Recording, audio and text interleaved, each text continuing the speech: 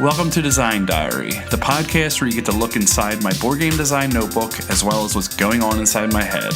We look at a new word each day from the sense of mechanics, tone, theme, or inspiration for a full game. Today's word is Asseverate. To affirm or declare positively or earnestly.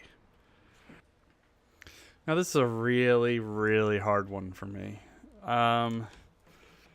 I talked about before, saying that an action is going to happen, and if it happens,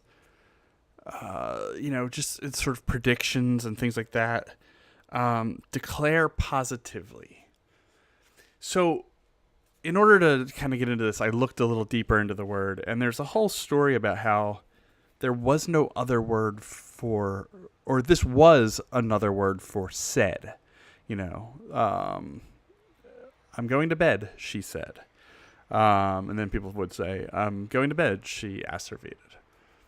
So what came up was it wasn't known enough. So if someone would read this story that it was in, they'd stop at the word asseverated, and then they'd have to stop reading and go into a dictionary.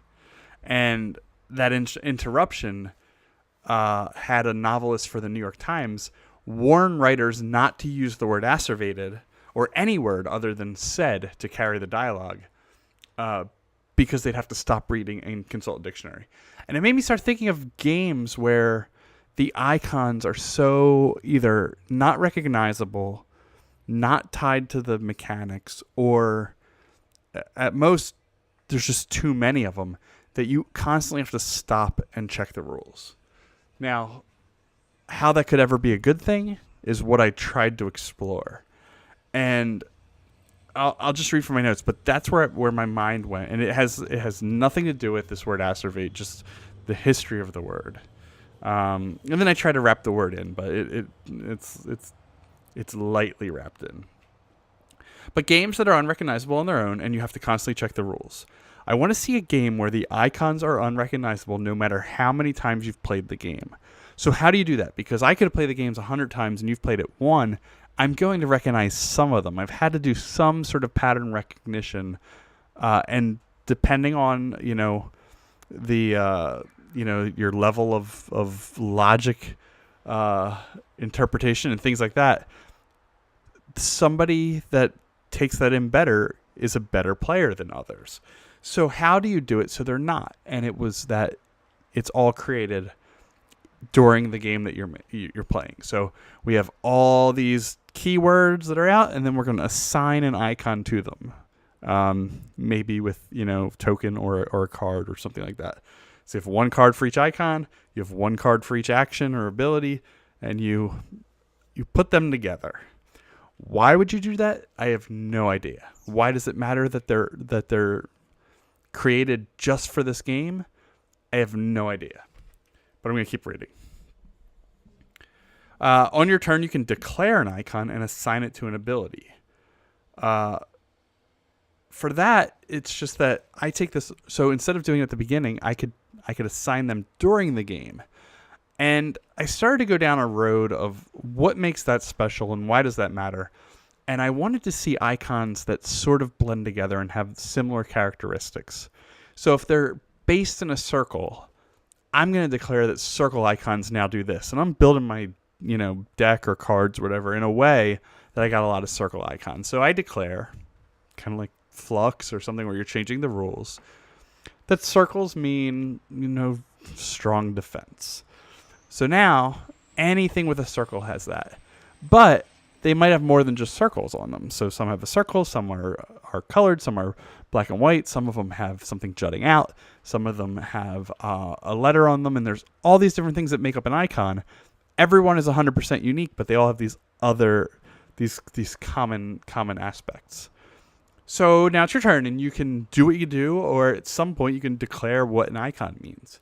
And these are going to kind of shape the second half of the game, or everything after it's declared is going to shape it. So the earlier you shape it, the more people can take those cards.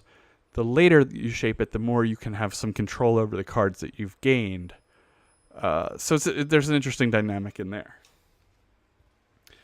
I wrote interrupting. Oh, I said, why would you want, this is off topic, but back to the other thing. Why would you want to check the rules every time you use an icon? So with this New York Times, they don't want to ever check a dictionary because it takes you out of the story.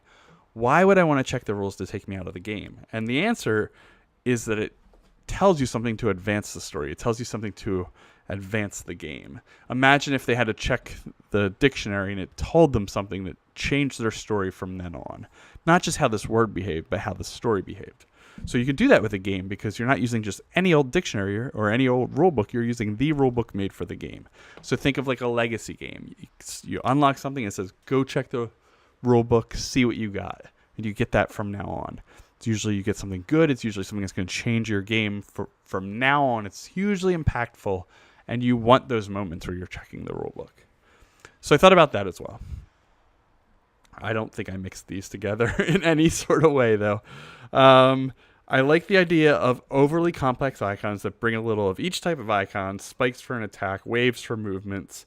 And then the last thing I thought of with it, this is just really all over the place this episode, but the word is just super difficult for me, was with those icons.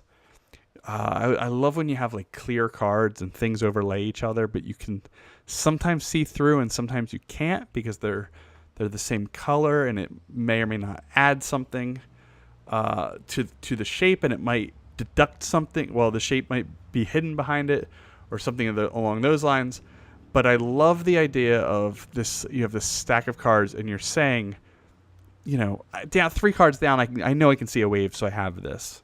And you're sort of kind of fishing for some clues into what's in this stack that's all muddied together because of the shapes are overlaying each other.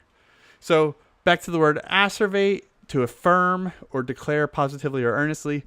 You can declare that this icon is, or this shape is in that stack, and then maybe people allow you to do it or not do it. And that's just one thing. It's just one way to tie the word in there is an unknown element with those overlay cards. So to affirm something in a game with an unknown element makes some sense. Otherwise, this word has escaped me. It's a really hard one, and I struggled. So if you have anything, share it. There's a couple ideas on Discord that I haven't read yet because I didn't want it to influence mine, but I'm going to go check it out now. All right, see you next time.